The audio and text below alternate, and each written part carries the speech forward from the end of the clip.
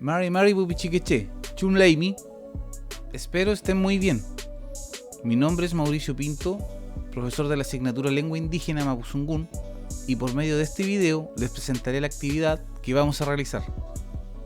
Utilicen este material para estudiar en casa, además para tomar apuntes en tu cuaderno de lengua indígena. El objetivo de la actividad es que utilicen palabras en Mapuzungún para invitar, aceptar y rechazar invitaciones a comer. Lo primero que vamos a realizar es aprender a nombrar algunos alimentos en Mapuzungún. Por favor, copien en su cuaderno el vocabulario que les presento a continuación. Recuerda buscar un lugar cómodo donde puedas escribir y mirar tu celular o computador. Después, puedes poner pausa al video para escribir bien.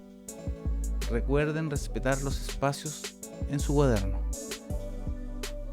Ahora repasaremos el vocabulario. Por favor, repite después de mí en Mapuzungún. Multun, multun. Can can, can can. Caco,